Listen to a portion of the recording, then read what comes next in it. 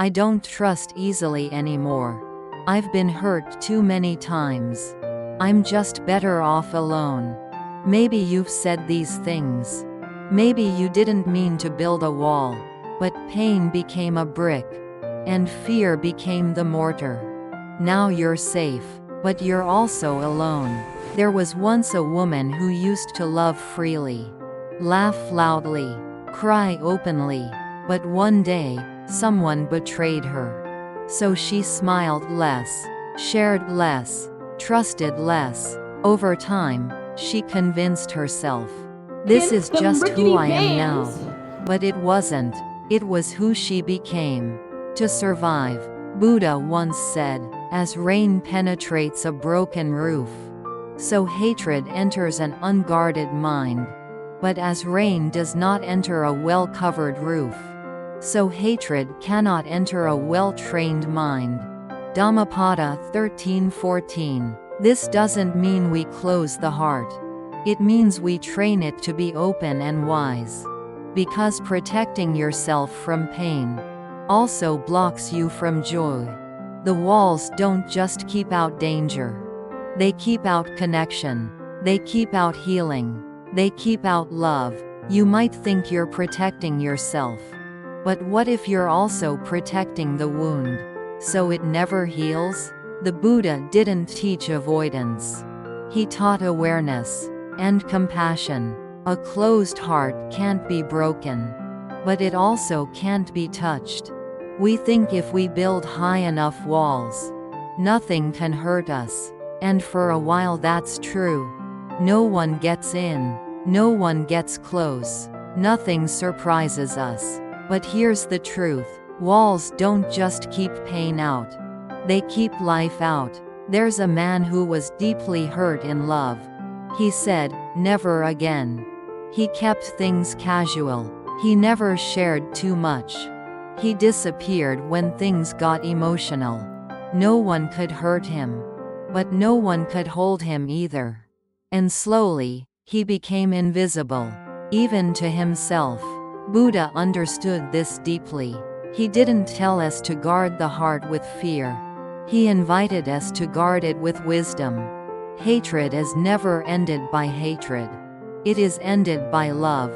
Dhammapada 5. Love is not weakness. It is the strength to stay open, even after pain.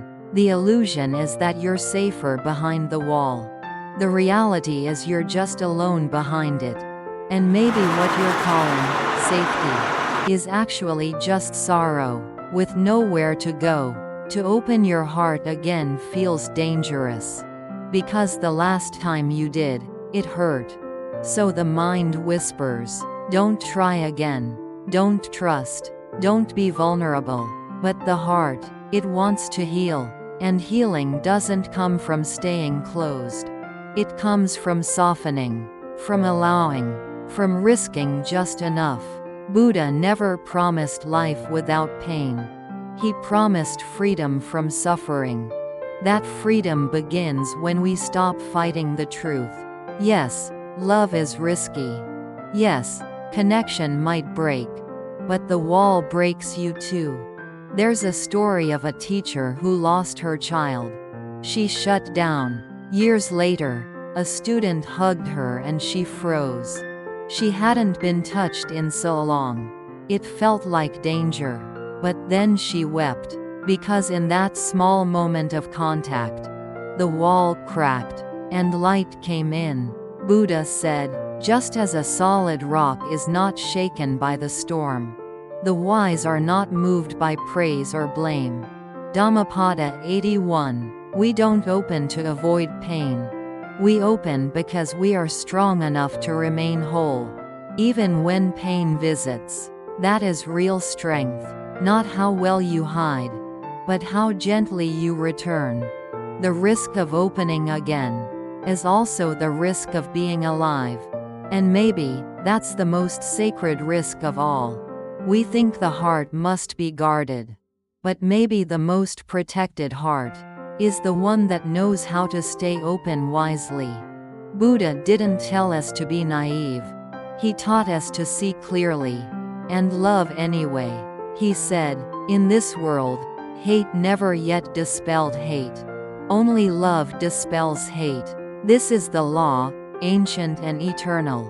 Dhammapada 5. Real protection isn't hiding. It's seeing clearly and staying kind. A woman once said, "I used to think my silence was strength. But now I know, my strength is in my softness." Softness doesn't mean weakness. It means you are not ruled by fear. You are not frozen by the past. You're alive and willing to feel. That is the heart Buddha spoke of, not one that avoids pain, but one that holds pain with wisdom. So how do we begin? We notice the walls we've built. We name the places we've shut down. And then, little by little, we open where it's safe.